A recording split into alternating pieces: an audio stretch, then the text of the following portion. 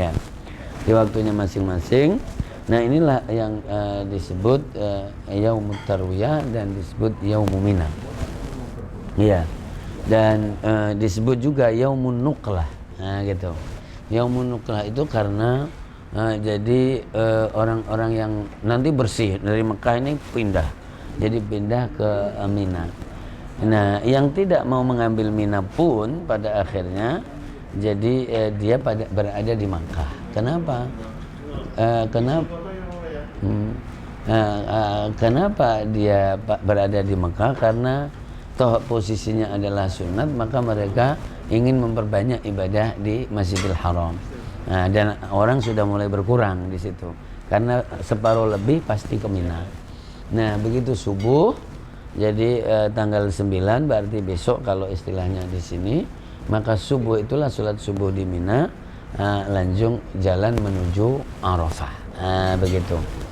Jadi Arafah itu jadi intinya adalah yang dihitung mulai ba'da zawal, yaitu setelah tergelincirnya matahari.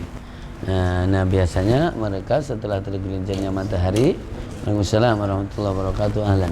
Setelah tergelincirnya matahari, maka mereka pada niat wukuf di Arafah.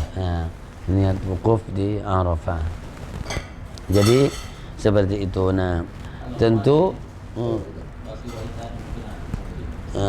jadi bahwa kalau semua mulia dari tanggal 1 Dzulhijjah itu semuanya mulia. Kemuliaan bagi li ghairi al-haji, karena yang haji ada di sana. Nah, kalau dalam kondisi normal.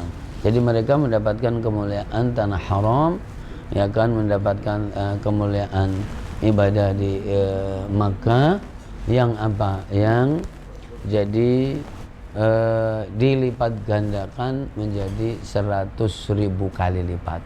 Nah, oleh karena itu yang ada di sini, yang di luar Makkah, maka mendapatkan kemuliaan. Jadi hari-hari Dzulhijjah ini sangat mulia sekali. Yang amalannya adalah memperbanyak zikir, fadhkurullah fi ayyamin ma'lumat ala ma razaqahum min bahimatil an'am. Jadi banyak zikir pada Allah Subhanahu wa taala. Zikir itu sangatlah mudah. Ada subhanallah, ada astaghfirullah, ada subhanallah, alhamdulillah, wa la ilaha illallah akbar. Ada pula tadi membaca Al-Qur'anul Karim, karena Al-Quran ini termasuk zikir. Nah, begitu. Alhamdulillah. Dan ada shaum, dan ini al-jama', jadi baina al-zikr was shaum. Jadi mengumpulkan antara jadi zikir dan puasa.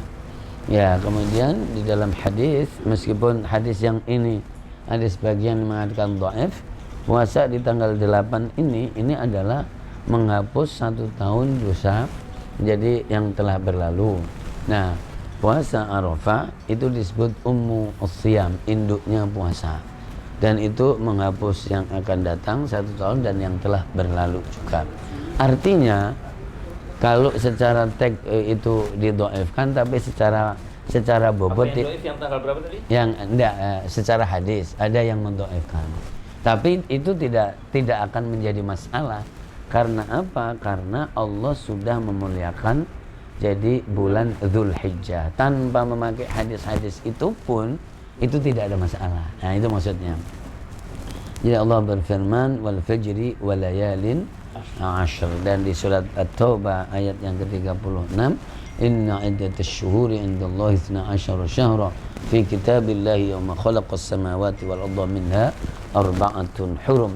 Yang unik memang dalam konteks fadailul a'mal. Jadi orang-orang kampung itu rajin banget. Jadi dia begitu masuk Dzulhijjah, rata-rata orang kampung, orang tua itu puasa. Jadi tanggal 1. Nah, semakin pintar semakin tidak puasa. Ya kan begitu? Ya, karena karena banyak dalil. Karena banyak dalilnya. Jadi begitu. Padahal tanpa pakai dalil bahwa Allah sudah memuliakan. Jadi dengan Al-Quran tadi surat 9:36, kemudian dengan hadis yang sahih aja udah selesai sebetulnya, tanpa membuat hadis yang rinci. itu sudah selesai, ya gitu. Ya, jadi akhirnya nanti ada banyak orang alim yang pahalanya banyak, tapi ada orang alim nggak punya pahala. Nah, karena apa? Karena cuma nyalain orang-orang bodoh, ya kan? Orang awam itu. Kenapa Imam Al-Ghazali itu menulis kitab namanya Aqidatul Awam? Itu ada sejarahnya. Dan ketika beliau meninggal, itu kemudian jadi meletakkan hadis Sahih Bukhari di sini dan kemudian mengatakan pula, ya Allah berilah aku imannya orang awam. Karena orang awam itu tidak berteori. Kalau yakinnya luar biasa. Nah, gitu. Jadi aku nggak mau menyebut wayang di sini, ya kan? Tapi bahwa udah belum? Ya.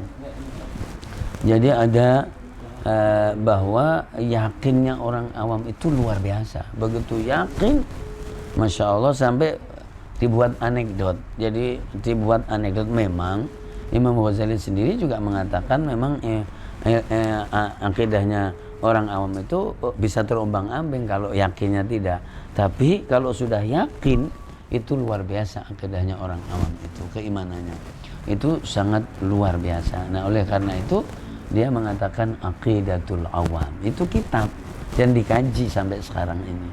Nah, kitab wajib malah itu. Jadi kitab Aqidatul Awam, karena yang tidak ada orang bodoh berdebat. Yang berdebat itu orang yang setengah mogol, ya kan? Ini berdebat terus jadi seperti itu. Nah, naik ke atas, memakannya di atas, nggak ada yang di bawah. Nah, jadi alhamdulillahirabbil alamin. Alhamdulillahirabbil alamin. Nah, ini yang namanya Yaumut Tarwiyah. Nah, kalau ditanya apakah Rasulullah puasa? Enggak, Rasulullah belum puasa. Nah, begitu. Tapi Rasulullah mengatakan akan puasa. Tapi yang sudah adalah Yaum Arafah. Nah, begitu. Jadi nanti kalau ada waktu, ada umur, karena Rasul hajinya kan cuma sekali. Nah gitu, maka akan puasa. Maka itulah yang disebut sunnah-sunnah itu, ada sunnah qauliyah, ada sunnah fi'liyah, ada sunnah taqririyah.